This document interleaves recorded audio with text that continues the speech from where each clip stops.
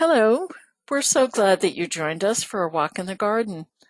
I'm Penny Lewis, Executive Director of the Ecological Landscape Alliance. Welcome to gardeners across the United States and to our international guests. As we continue to cope with the challenges of the pandemic, we hope that these virtual garden walks will add a bit of beauty to your day and inspire you to visit, create, and enjoy gardens in your area. Today, I would like to introduce Marc Wolf, whose garden walk invites us to explore Built from the Forest, the Timber Frame Education Center and Native Plant Gardens at Mountain Top Arboretum in Tannersville, New York. Marc is the Executive Director at Mountain Top Arboretum. After receiving his undergraduate degree, Marc graduated from the New York Botanical Gardens School of Professional Horticulture. He then interned at Chanticleer Garden. Marc has also studied with the noted landscape architect Daryl Morrison and worked as his field assistant on projects at New York Botanical Garden, Brooklyn Botanic Garden, and for private clients. Marc is passionate about spending time in the natural world, enjoying many outdoor sports, and exploring the native plant communities of New York's Catskill Mountains. Welcome, Marc. Thank you, Penny. Thank you very much. And thank you for putting this series together and helping us all to adapt to the pandemic. So I'm going to show you how we got from our forest to a timber frame building and native Catskill landscape.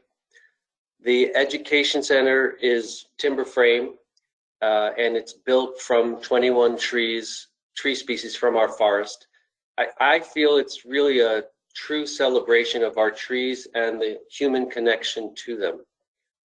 Just briefly, Mountain Top Arboretum is a nonprofit botanical garden. We're situated in the Catskill Mountains. We're typically open every day. However, due to COVID-19, the education center is closed, but the gardens and trails have stayed open and we're planning to keep them open, and we have experienced a higher visitor attendance than normal. Typically, we program year-round on the site, and we suggest a $5 donation to visit, which we have waived during the pandemic so that as many people have access as much as possible. So this beautiful photo montage here, you have to notice the photos by Rob Cardillo. I have to say, any beautiful photos in the entire presentation are must be Rob's. There are a lot of mine, but the beautiful ones are Rob's.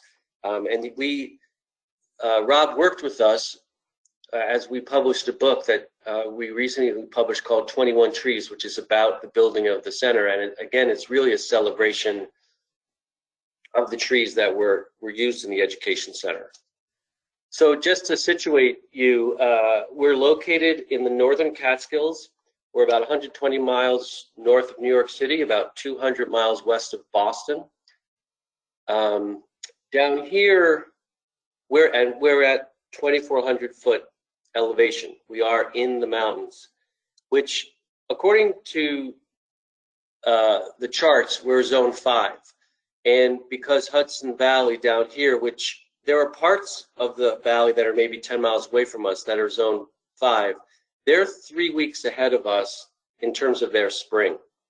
So I think we're actually more of a zone 4 or 5.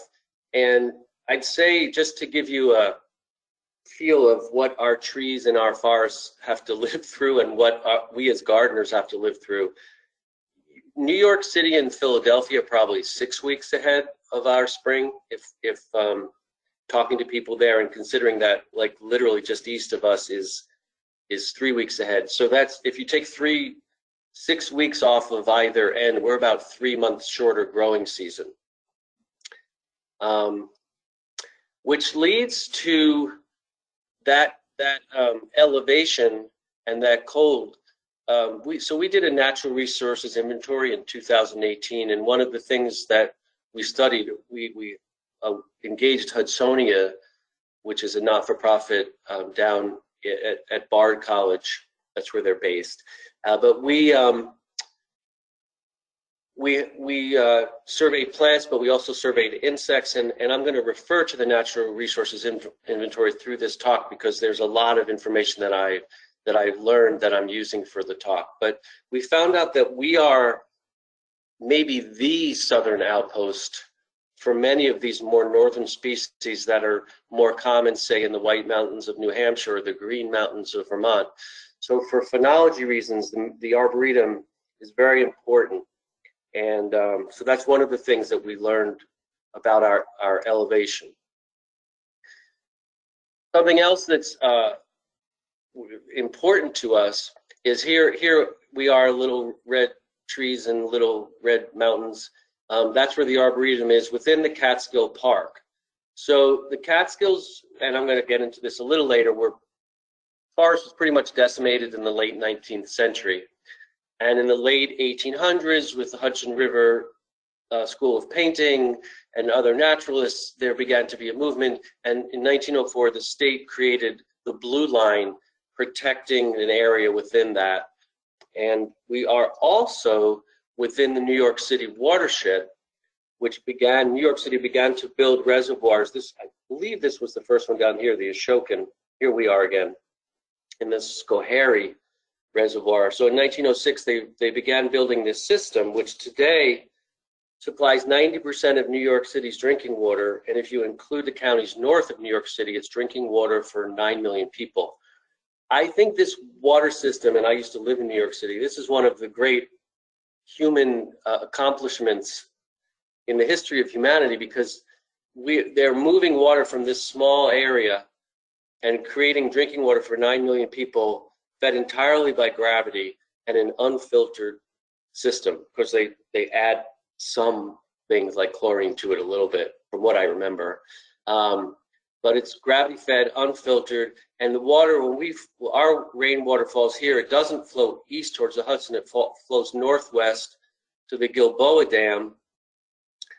And then periodically that water is released through tunnels that go under the mountains to the Esopus, which then runs into the Ashokan.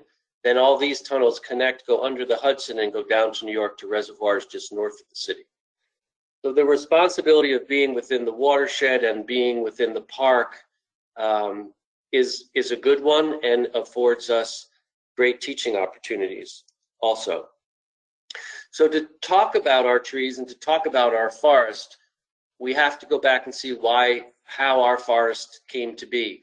So 400 million years ago in the Devonian age, if you can imagine huge Acadian mountains up here, that then over millennia were eroded away. So the mountains were created by the collision of tectonic plates. Then over millions of years, they eroded away, and the silt and clays settled out into the Catskill Delta, and then water continued to flow out into the Catskill Sea. This is actually the Ganges Delta of today. When we did our natural resources inventory, geologists Bob and Joanna Titus, who are friends of the Arboretum and local Catskill folk, and quite accomplished geologists, this was the model they used, and the way I understood the creation of these kinds of soils that we have best. So this is in our West Meadow, which is maybe a couple hundred feet from the education center. So that delta system of those fine sediments created the sandstone and shales from which our soil type and our bedrock exists. So, and you can even see in here these sort of diagonal layers. That's the river, the slow riverbeds moving through the delta, creating these shifts in the sand, the shifts in the clay and the silt. But for us, it means a heavy clay soil and a silt soil. It's very wet and soggy in the spring, but it dries out very fast if there's a little rain. So it's difficult for the trees, and it's also difficult for us to garden. The prevalent soil type is Ontiora silt loam, and there you can see the description: somewhat poorly drained soil with the fragipan beginning at 14 inches below the ground surface. So we're really gardening and growing trees on very shallow soil. Now to just move forward a few millennia, we've discovered in what we call the emerald bog. Let me just go back a sec. So that soil type combined with our 2,400-foot elevation then leads to characteristics of the forest and to our native trees. This is the forest historian Mike Kudish, who also worked on our natural resource inventory. He's taking depths of how deep the peat is in what we call Emerald Bog, which was a glacial pond created by the retreating glaciers about 15,000 years ago. So we found depths of 11 to 12 feet of peat. And it turns out we're tied for first place among a few hundred bogs that have been cored and carbon dated. We're tied for first place as the oldest recorded bog in the Catskills. And what we found, so here, this is Mike Kudish, Dave Turan, who's the director of the Mike Kudish Forest Preserve in the Western Catskills, and that's me. We've taken a core from the depths of the bog, and we've cored depths at different levels over the past couple of years. And then that gets carbon dated. And when we look at those fossils, we see that 14,900 years ago, this was a glacial pond. 13,900 years ago, we find fossils, remnants of like twigs and buds and flower of eastern hemlock, red spruce, balsam fir, and yellow birch, 13,900 years ago. What's interesting about that, and this is Ryan Moore in the background and Allison Davey, the two other staff members at the Arboretum, standing on our new boardwalk that helps visitors navigate Emerald Bog. Well, what's interesting is, and again, these are Rob's photos here, the forest today on this site is exactly the same species that were here 13,900 years ago, though there's been a lot of destruction in between. But it's eastern hemlock, red spruce, balsam fir, and yellow birch. Now, when Rob came to visit in the early spring, he said to me, very few flowers are in bloom. I said, I know, but you get to appreciate the trees so much more. And I know when he spent a year here, over a period of a year photographing, he found this too. So, and then again, these just are such beautiful photos. So approximately 8,000 years ago, we get other species migrating into our forest. The sugar maple, this is red maple, American beech, black cherry, and basswood. Now, we think basswood could be this old in the forest, but it may have also come in with the subclimax species later. But there are some old growth, there are some old basswood trees in old growth remnant areas of the Catskills. And then we have the accompanying understory trees that we also use these in the education center, but more for ornament and interest. They weren't so much structural. This is Harpinus caroliniana, Astraea virginiana, and Acer pennsylvanica, the striped maple. So then our forest, those are the major species of trees in our forest. This is a view of the Arboretum, overlooking the Arboretum. And again, I'll come back to this photo. We believe there was no impactful human disturbance until around 1800 in the Catskills. The Native Americans used the area for hunting and fishing, but there's no evidence of agriculture or burning, which was done nearby down in the Hudson Valley, which you can see mistiness in the clove here. That's the Hudson River is right down there. So again, the Neonta soils of silt and clay combined with 2,400-foot altitude and difficult mountain terrain made it difficult to settle. But in the very late 19th century, people started to arrive, Europeans started to arrive, and between 1800 and 1820, we see a real clearing of the land for farming, timber, and barking. Now, barking is what they how they harvested hemlocks for the tanning industry. Mountain Top Arboretum exists in Tannersville, which is named for the tanneries that really drove the economy in the early 19th century. This is a tannery that's near to us in the Arboretum. And so this is a map Mike Kudish did. Mike is now famous for his maps of different areas of the Catskills, again, for their natural resources inventory. We don't own all this land, but generally this is our land. And it says Parker pasture up here. So this was farmed beginning probably, the early 1800s. This was farmed. They were also all taken for timber and hemlock. This green area in the middle, which is interesting, which is, here's a border of the two farms, was not pastured and was not used for agriculture.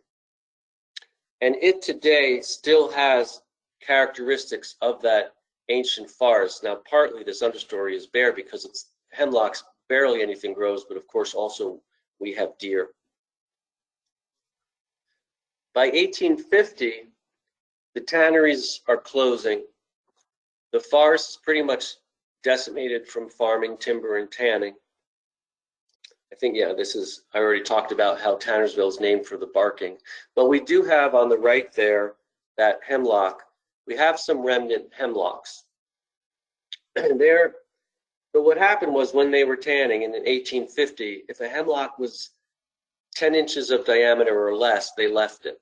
They didn't take it for timber, and it wasn't profitable to bark a hemlock if it was 10 inches of diameter or less. And if a tree didn't fall on it, it survived. Or if a farmer left some trees to shade his livestock, a tree would survive. And this tree is now, we know that at 10-inch diameter, it's about 80 years old, because we know the tanneries closing down in 1850s at the latest. The tree's about 250 years old, also because we've cored a couple of them. So we have a few of these remnant hemlocks and a few spruce of the same age. This is not on our site. This is an old first growth stand that Mike Kudish brought me to. I think we're looking at a sugar maple. So there are still stands of forest, but there were very few. So then what tree species came in after that devastation? The farms, this northern farm was abandoned in 1880, and this southern farm was abandoned in the 30s during the Depression. And the first trees that then started to colonize those areas are paper birch and big-tooth aspen, which we've also used in the building, followed by subclimax species, northern red oak on the left, white ash on the right, eastern white pine, and sweet birch or black birch. And this is interesting. So the Civilian Conservation Corps added 3 species to our forest by doing restoration plantings in the 30s and the 40s. So there's red pine, which is native to the Catskills. However, it's not native to the Arboretum. So that was a stand that was planted in the 30s and 40s. They also planted northern white cedar, which is native more north, like the Adirondacks. And they planted a lot of European larch.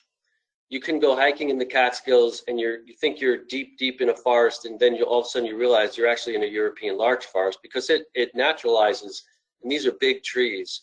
It doesn't appear to me to be invasive, but it does naturalize. We have other species of trees not used in the education center. We didn't use them most often because we don't have a lot of them, sometimes just because of the size is so small. We have amelanchiers, trembling aspen, gray birch, American elm, and mountain ash. Mountain ash is gorgeous tree, sometimes a shrub that still exists at higher elevations in the Catskills. We have some seedlings coming in, but it's killed off by a fungus. So I brought you up to the 40s. In 1977, Bonnie and Pete Aarons founded the Arboretum. Here they are standing in front of a summer home that overlooks, and this below is a picture of their first purchase of the Arboretum, 6.5 acres. So what they were interested in was experimenting with cold hardiness of exotic and native tree species. They eventually started planting shrubs and perennials. And over time, the Arboretum has moved more towards a focus on native plants of the Northeast US with the emphasis on Catskill native species. This, again, you've seen this picture before. So this is now the Arboretum's, a good shot of the Arboretum's holdings. This is the West Meadow that was in that picture I showed you before, that from 1977. They added a tiny lot here to build a maintenance barn. This is actually a new timber frame maintenance barn that we built just before the Education Center. And then the Education Center, which we started building in 2018, is on this site. But they added this in 1979, just the site, like an acre. Then they added a woodland walk here in the mid-'80s. The Arboretum acquired the East Meadow here, which is where the Civilian Conservation Corps had done plantings, and there are other great features that I'll show you in a sec. And then we acquired about 150 acres in around 2015. This is the hemlock area that was not pastured, hemlock and spruce, and there's this huge marsh. It's about 14 acres. It's just spectacular, and it's the only one I or anybody I know of knows that's like that in the Catskills. So when we did the natural resources inventory, we went deep into plant communities. Here's the West Meadow, which is here. Here's the East Meadow, which is there. And here's the Hidden Marsh, which is down there. We have, just to give you an example, hemlock, northern hardwood forest, hemlock spruce hardwood forest, northern hardwood forest, pine, red, maple. So we really dug deep into this, these plant communities, which helps us teaching and helps us managing and helps us designing too. So now I just want to take you on a really quick tour of some of those features. In the West Meadow, we have this pond that the Aarons actually built, which is great for students to learn and do science experiments. The West Meadow also has quite beautiful spiral labyrinth designed by Dean Riddle and Bob Hyland, which really truly has four-season interest. We have a really stuffed full successful rain garden that was designed by Jamie Purinton, who ended up also doing the landscape design for the Education Center that we're going to get to. Then we have the Woodland Walk here, which is just south of the West Meadow. We have a collection of different mountain laurel cultivars. We have this outdoor classroom, which Jamie also designed. And we have some interesting tree species. And as example, this is Halesea or Halesia. And I don't, the species name is Monticolor, which I had assumed this was Halesea caroliniana until I went into our records and see that it's Halesea Monticolor, which I think there's argument about whether they're the same species or not. But I've had tree people come and say, "Are you sure that's Halesea carolina? Because that looks different to me. The bark's more striped, the flowers are a little different." So we do have some interesting specimens. And in the Woodland Walk, we are also preserving 150 ash trees. They're on a 3-year cycle of pesticide injections. And we're doing this study in conjunction with Marc Whitmore, who's an entomologist at Cornell University, who also heads up the New York State Hemlock Initiative. Then we're going in the East Meadow. We have beautiful white pine LA, surrounded on either side by just this great natural collection of different native grasses and sedges. And we always preserve what we can. There's a little throne and bench. We have the pine LA leads to a huge hedgerow. There's a road, just you can see power lines up here. There's a road right back there. So again, this hedgerow was designed by Bob Hyland and Dean Riddle. It's mostly different cultivars of willows, native and non-native, and different cultivars of dogwood shrubs.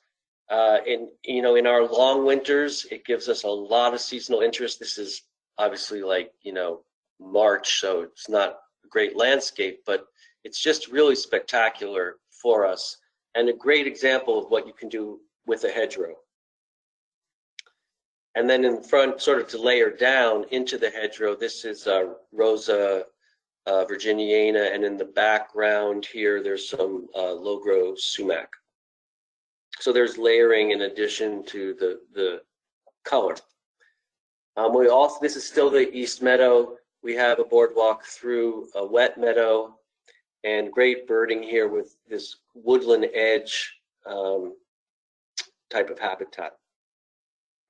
And this boardwalk ends, I love taking advantage of these things, with this bench and this sort of dried flower natural arrangement that's just spectacular every fall.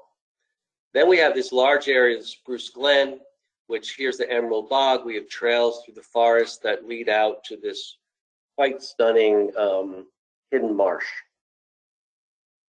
So those are the areas of the Arboretum. In the winter of 2017, we went out into the forest looking for trees. This is one of the architectural drawings that Jack Sobon did for the Education Center.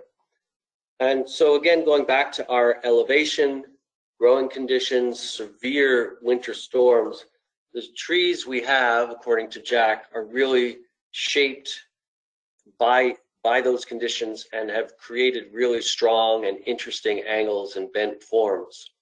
And so what happened was a team of us went out into the forest, which was Jack, the landscape architect, the timber framer, Brad, who's standing in the center of this photo, one of the timber millers, the DEP, Department of Environmental Preservation forester, an Arboretum board member named Vern Rist, who's also a brilliant arborist and plant pathologist, the contractor for the building, Ronnie van Bakkerberg, and me. That's this team. We went out into the forest looking for trees because they wanted a tree that's going to do this shape, and we want one that's going to do this shape. So I had gone out, Vern helped me a bit, and then I went out through the whole forest looking for where the best specimens or the most number of species that we were looking for, the 21 were.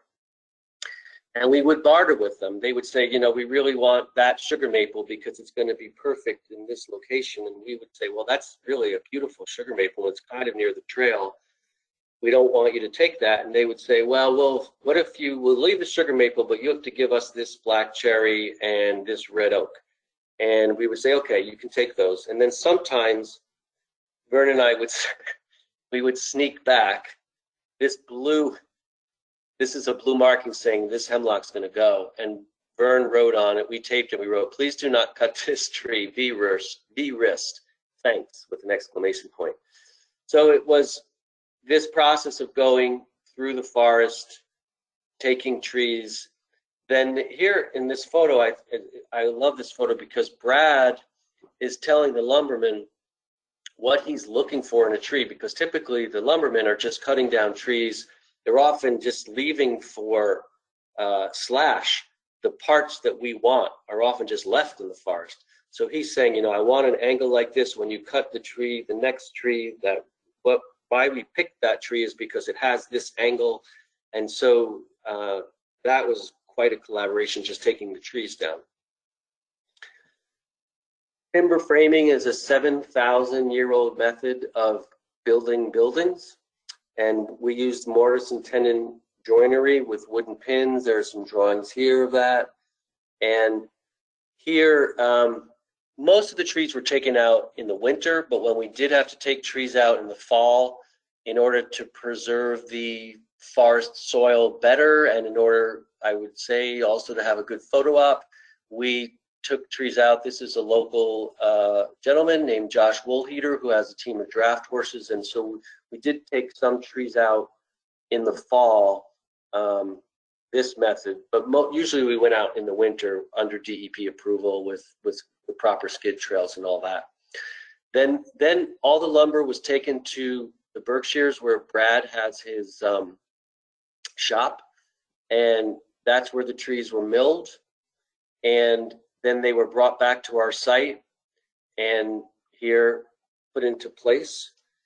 This is a little video that shows you kind of the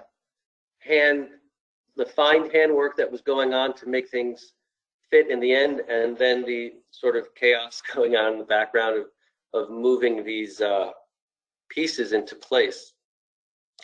So then we get the final product. And what Jack did for us in this drawing, now typically, like when a visitor comes, there's a key here on the right side that will tell them which number. These are all numbered. But this is the east view, so it's including these trees. So I see that yellow birch is number 12. So this is a yellow birch we used. This is a black cherry, and you can see that beautiful black cherry color of the wood. Northern red oak is 18. That's back here. There's northern red oak. And I know because just because I also have the map of the west view, that this is a big paper birch. The floors also came from our forest. This is one sugar maple tree that was slip matched and laid out here with a black cherry bordering it. And then we have sugar maple around the edges and white ash and yellow birch. This is one room. That's the meeting room. We also have our main entrance lobby, and we have the office that's all part of this beautiful building. And I should say it's the first time we've ever had offices on our site. So now we can engage with visitors much more. So the exterior, the reason I have this close up here is when we dug the basement, again, of course, we thought we were going to hit bedrock, and we hit bedrock a couple inches down. That was all jackhammered out with a huge machine, put into a pile. And then after the building was built, we had stonemasons come back and by hand cut stones into pieces and laid this beautiful stone wall all around the building that literally is from the footprint that the building is sitting on. So now I want to talk to you a bit about how the plant communities shaped the landscape design, that was designed by landscape architect Jamie Purinton. That's not Jamie. This is Claudia West, who we do an author talk every year, and Claudia was here a couple years ago to talk about her new book. And here she and I are looking at one of my favorite places in the West Meadow, this bedrock outcrop, and she's holding on to a Danthonia spicata, which is poverty oatgrass, which we used a lot around the building. It's a really great, tough, beautiful grass. So we took bedrock outcrop as a plant community from our natural resources inventory. When I say we, Jamie and I. And from the East Meadow, we took these woodland edges, and here along this path here, again, the carex and the grasses that are growing here were helpful to us. And then we created, Jamie designed a system of 6 rain gardens, and the plant palette is inspired by hidden marsh. This is Jamie's landscape design with a plant list. So there's not we wanted to do a Catskill native species. And there's not a comprehensive flora of the Catskills. So we relied on observations from Catskill Native Nursery, New York Flora Association, which goes down to county, and Mike Kudish, who worked on our natural resources inventory, and then our own field work, some of which we did together. Here's the education center. Here's the maintenance barn, which is also timber frame. And here are woodland edges on the south here. And bedrock outcrop is here, which moves into the bedrock outcrop of the West Meadow. And some of the edges here are also bedrock outcrop. And we have more woodland edges here. This is the same drawing, but Jamie has, in order to get a grant, she highlighted in blue the rain gardens, the rain garden system. So this is the highest elevation of the rain gardens, and the water drains underground into this one, and that connects to this one. Oops. And then they all connect to this large rain garden, which when it fills overflows to a pipe under here, which runs into the woodland walk, which then eventually runs into the hidden marsh. So the water's not recycled, we're slowing it, the plants are using it, it's refilling the aquifers, and We just need to, the thing about the Catskills is because the terrain is so steep and a lot of it is not destroyed, but if impacted by human activity, we're trying to slow water down in order as it goes to New York City. And these rain gardens are a great example. Some of them are quite small here, a great example of what people can do in their homes. So the first one, I just want to tell you some plants that we chose from the Hidden Marsh we were inspired by speckled alder, which both of us just love. I don't see it used very often. Here they are in the Hidden Marsh. Here's the one we planted in the rain garden. I realized the other day that I really like it because of its strong architectural quality. It really just has a great shape. Also, these female flowers on the lower right persist. Well, the remnants of the female flower persist through the winter. The male catkins come out really early in the spring. This is the last one. I took this photo yesterday. And you know, again, with our very long winters, having these elements through the year is quite lovely. I love the foliage too. I think it's a great shrub, and Jamie and I both love it. Also, Rhododendron prenophyllum. This is sort of the more mountain species, very closely related to Parathlemoides, Pinkster azalea. But in the Catskills, it's a species of the higher elevations than the Pinkster. I see it on high dry sites, and also I see it coming in around our bog, though it's heavily deer browse there. We use it at the top edges of the large rain garden and between woodland edge planting and the rain garden. It's got a darker pink color than the Pinkster, and it's very fragrant. Supposedly it's more fragrant than Pinkster. I'm always excited. Well, this will be the second year that these are coming out, because we planted these early because I was able to find them. One thing we both love in the Hidden Marsh, again, this picture of Hidden Marsh with Lysimachia terrestris moving through it. It's got these showy racemes of yellow flowers. It's not very aggressive in the marsh, maybe because it's so acidic. It's growing in the sphagnum moss in the boggy areas of the marsh. I'm seeing it now being a little aggressive, so you'll have to come visit and see how we do. But one of the reasons we chose is because it blooms at the same time as Iris versicolor, which we also used in the Education Center plantings. What we didn't use in the Education Center plantings, but what I adore, is we have billions of these tiny, tiny Drosera rotundifolia throughout the marsh, and if you like lie on your belly on the boardwalk, you can see the little jewels of them. So as I said, some of the rain gardens are quite small and I think manageable for a home gardener, and in the smaller ones I found water ravens growing. This is a picture growing in a little swale next to a dirt road on the property, and we have swamp saxifrage that I see growing in more shady, seepy areas, but we used it in the rain garden, and I'm hoping it'll do okay in the sun. And also closed gentian, Gentiana andrewsii. So these are, we felt slightly more delicate plants. We used them in the smaller rain gardens. And then I do have to thank James Brown of New Moon Nursery, who recommended 3 sedges to us that are doing very well. We're using the Carex rosea more at the top of the rain gardens, the Carex grayi in the middle, and the Vulpinoida in the lower sections. We're not using the Vulpinoida in the smaller rain gardens because we felt it was going to get too big and too robust. So here's the rosea up here and grayi here, and there's Juncus effusus, which I love because of that dark green. It contrasts so well with so many plants. And we have lobelias.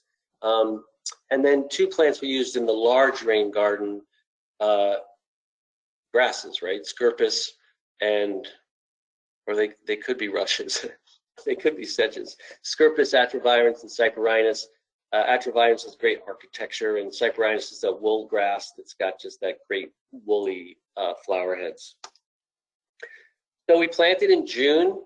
This is Brianna. This is Ryan here planting with Brianna, who with her husband, Eli of Green Bee Greenhouses up in Cornwallville, New York. They were the contractor that procured the plants for us and really were in charge of the planting, with Ryan, who's our horticulturist, helping, and me trying to help. But really, Jamie and I were laying out plants the whole time, and these guys worked so fast. As you can see, it's mostly plugs, but we did put some gallon-sized plants in to get some more immediate effect. So they also, Brianna and Eli also were really helpful in helping us choose plants, helping us figure what would go in the right place. And this is Eli planting a carpinus and having just planted it in a small rain garden and sort of checking out his work before walking away. So we planted in June, and by August it was quite full. These are tall swamp milkweed up front for the monarchs, turtlehead, lobelias that thankfully didn't pop out when the garden flooded. It drained in time that the plants stayed. This is the alder that we talked about in the background. I'm pretty sure that's the alder. So then another area that I mentioned before was the woodland edges. Here we took a cue from a really great, quite large for striped maple here, and we started a grove to help fill in this woodland edge. I love striped maple. Again, these are Rob's photos. Gorgeous flowers, beautiful buds, the bark's unbeatable. This is a little video I took of a striped maple next to a creek near my house. A yellow birch had fallen down on it, and the maple had sort of leaned way over the creek and sort of became this Japanese painting. I mean, it's just so beautiful. So I'm thinking, you grow a striped maple next to a pond, you start weighting it down somehow and get it to arch over the water. Another great tree we used is Carpinus caroliniana.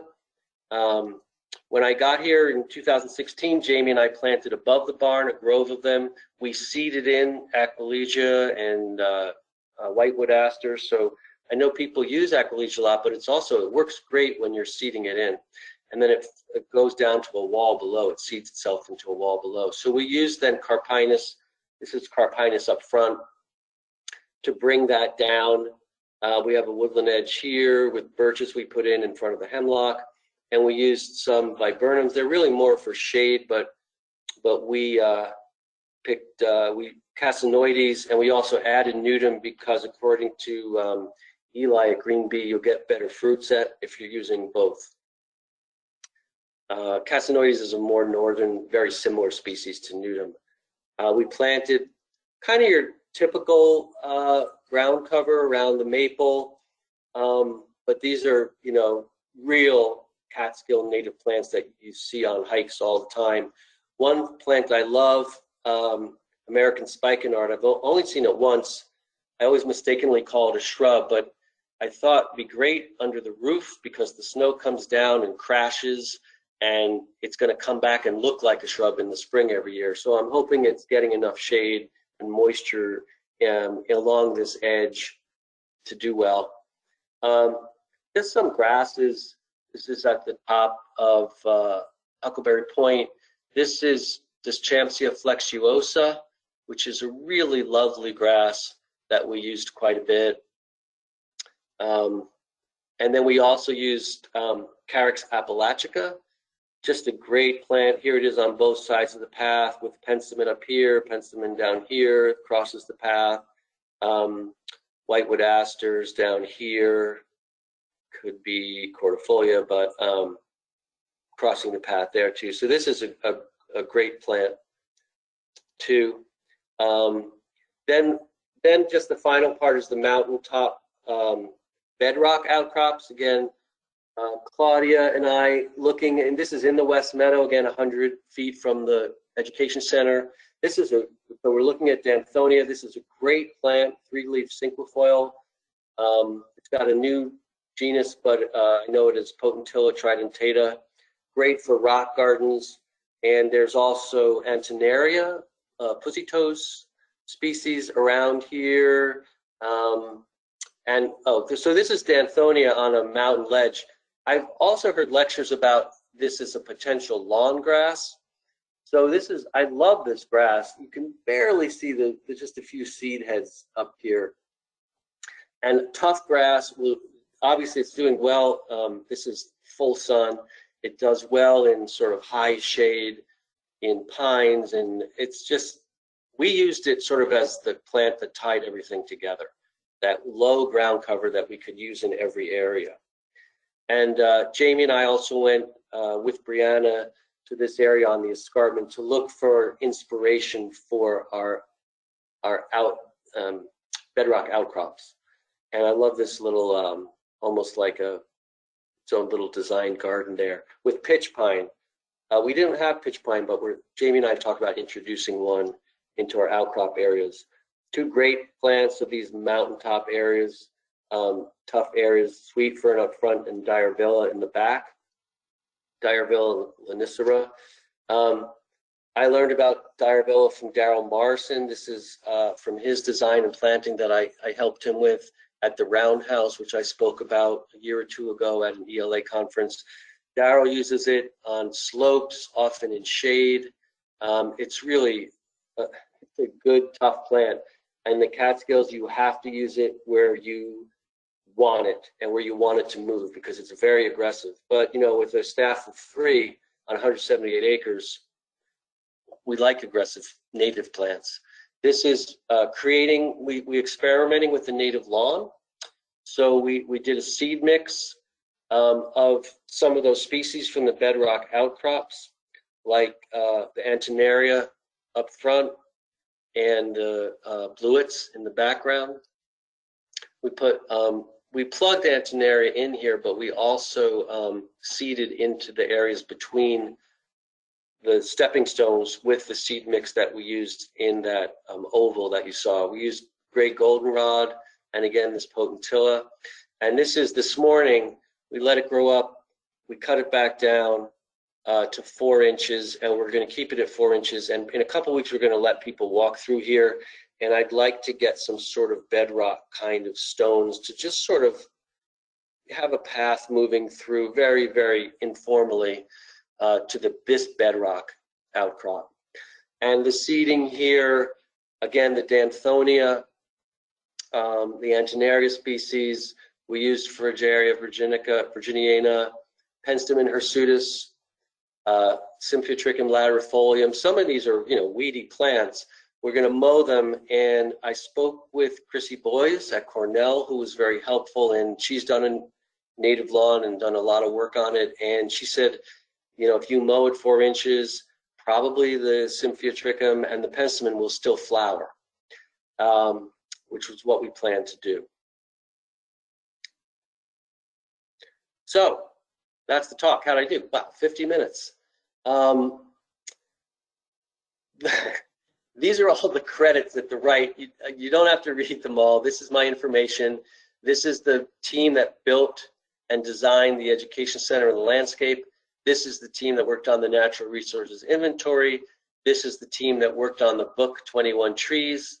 Here's other photos, credits that I or Rob did not do, and credits for the painting I used in the image of the Ganges Delta. This is the first time I've given this presentation. Any constructive feedback you would like to give me, not necessarily during the Q&A, but please feel free to email me, because I'm just so in love with this building and in love with the forest, and I want to tell people about it. Some plants I didn't get to tell you about because of the time. We planted a native larch, the tamarack, and the Aronia melanocarpa, and eastern sand cherry and monkey flower in the rain garden. So please come and visit, and I can tell you more about the plants. And again, these plantings are new. They went in less than a year ago. The trees and shrubs went in a year and a half ago, but the perennials went in less than a year ago. So we're still learning, and I'd love to show you all that we are learning. Thanks, Penny. Thank you very much. Oh, that was wonderful. Thank you so much, Mark. We do have a few questions. The first is there a native plant list on your website that you can direct us to? We have a native tree list, but we don't have a native plant list. However, I have been working on, section by section of our landscape here, of what we used. And we also do have a natural resources inventory. And we share it rarely, but if I email with somebody back and forth a bit, I could share it. We're just worried about people coming and stealing plants. That's basically why it's not at the library and it's not posted online. But if you're interested and we talk a bit, I could share the natural resources inventory, which has a plant list of plants on our site. And again, I have a plant list of what we used in the landscaping for the center. Jamie's design that you saw, of course, we worked with it between the final design and the actual planting. So there's some differences. All right, very good, thank you. Do you have problems with deer in the native plant garden? Yeah, a bit. I'm surprised we don't have more, but we are deer spraying, and we have a lot of deer issues. We winter fence in the West Meadow. We winter fence for deer, the rain garden, the Burr Cove, the conifer berms, different big conifers, but we decided not to deer fence here and just keep an eye on it. And we did okay. We did okay, but we really have to stay on it with deer spray. Okay, and where? It's also, Penny, I also might say it's surrounded, well, not all the plantings, but most of the plantings are surrounded by the parking area, and I think deer are a little wary of walking on the gravel, but they do move through here. Okay, very good. How often did you have to water the plugs that first spring? In some areas, once a week. In some areas, 3 times a week. Really depending on how much rain we were getting. Because as I said, the clay soils really dry out so fast. We had a pretty good spring for this. We were lucky. But that's, it's so site specific. What I learned was that, native plants, you water for a season, you water your trees, shrubs, perennials for a season, and then you let them be. But again, with our short growing season, there's so much less time for root establishment with the soils that dry out so fast. I do 2 seasons of watering and babying, which I feel is more like 1 season further south, and then we'll stop and let the plant do what it's going to do. Okay. Where did you source the white wood aster seeds? I believe Ernst. If they email me that question, I can confirm that. Okay, so that's Ernst Conservation Seeds in Pennsylvania? Yeah. All right, thank you. Did you introduce the pussy toes as both plugs and seeds? Yes. And we use 2 species, neglecta, and I think the other one is rotundifolia or something about a large leaf. Yeah, they both exist on, well, the neglecta exists on the site. I forget if the other one exists on the site in the West Meadow. But yeah, we seeded and also plugged. And was the seeding fairly successful? Not yet. Not yet. I'm not seeing a lot of Antonaria. What I'm seeing is seeding coming in is penstemon, Danthonia, a little bit of the Frigeria so far, but we'll see. All right, very good. We've had several questions about what you did for research and information gathering and how you came to use trees from your site for the building?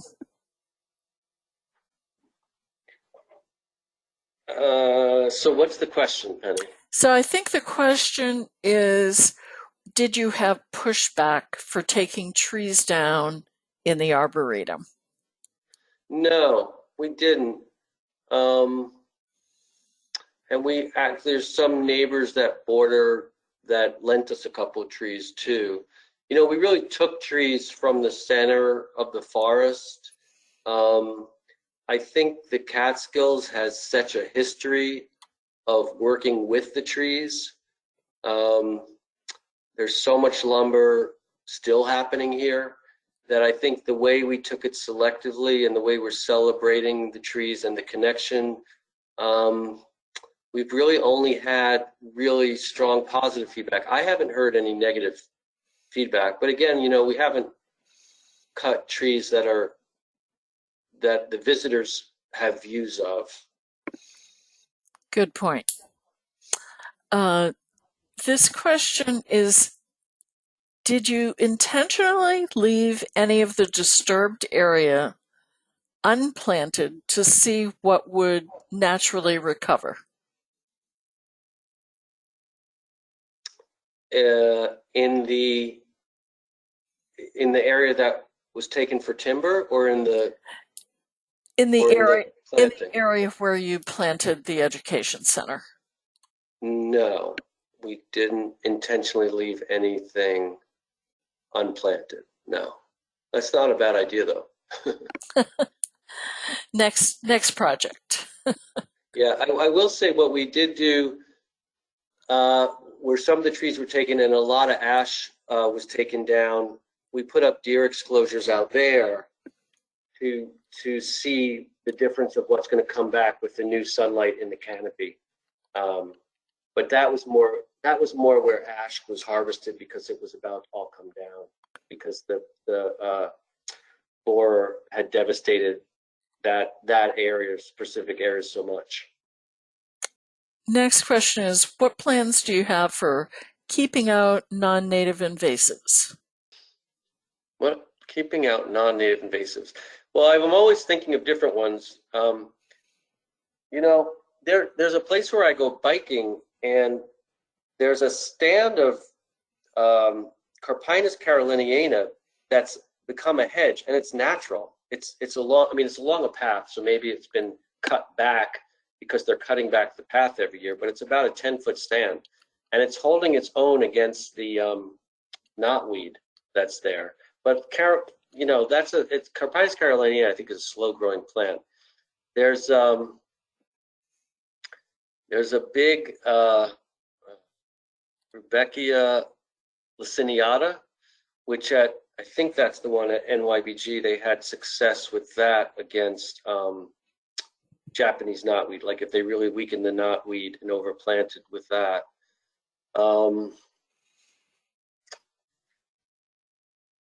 I don't have anything for lesser celandine.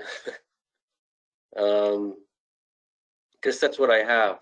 But I can think about it more. We could, you know, if somebody wants to email me, we can talk more. I don't have anything off the top of my head. All right. Are there any decisions, either plant choices or design considerations, that you regret or would do differently? I think, you know, we both got a little tired at the end of the day around the sugar maple, and I think we could have drifted plants better. I mean, by drifting, like, you know, groups of plants moving through, sometimes it got mixed up a little bit. Like I said, I'm a little wary about the Lysimachia terrestris. One mistake we made, and Jamie had specified a very thin soil for the native lawn in front.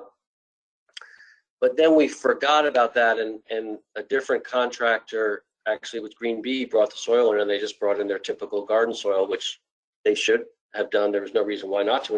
It was a beautiful, great soil, but we forgot to tell them that we had specified a very thin, poor soil to match the bedrock outcrop and to give less competition for the plants we were seeding in.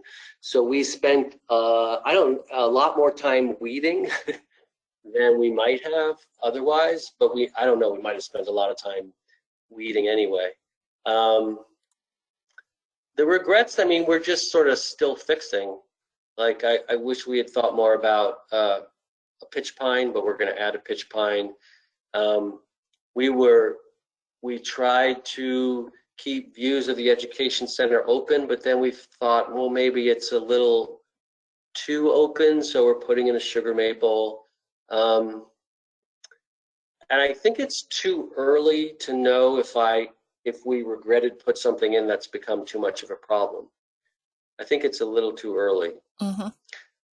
But the good thing is the size of these rain gardens, I feel like they're large enough, because when you're planting with native plants, you need to have a certain amount to give yourself the feel of whatever you're going for, whether it's the woodland edge, you need it, or the open meadow. You need to let these plants express themselves in space. And I feel like there's a good balance in our rain gardens anyway between how much space we have and how much can we manage that space. So I'm hopeful.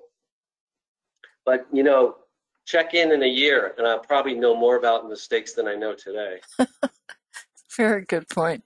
The last question is, could you speak a bit more about studying the ashes? And was it related to the emerald ash borer? Yes, it's related to the emerald ash borer.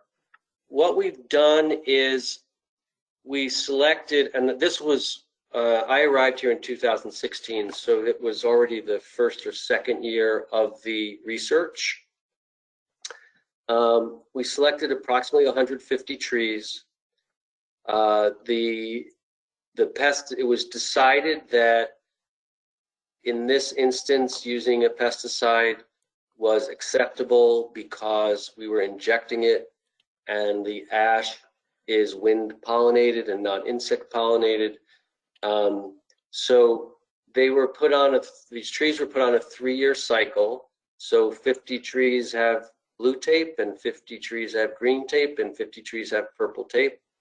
And then we also have control trees outside of that area. And Mark Whitmore comes in once a year, usually in June, and he looks at woodpecker holes, canopy, general health, and then he's just keeping data on that. And we don't really have any good data yet. He hasn't, given us a report, but that's the research. And his researching is the using the insecticide, the pesticide, is it effective? Okay, very good. Well, thank you again, Mark. This has been an amazing walk in the garden, and we've thoroughly enjoyed learning more about your education center and just seeing the gorgeous structure that you've created and learning more about the native plant gardens that will surround it. So thank you so much. This has certainly been a destination added to many future travel itineraries today, I'm sure. Well, thank you, Penny. It was a real pleasure, and I'm really thrilled that you asked me to do it, to share it with you.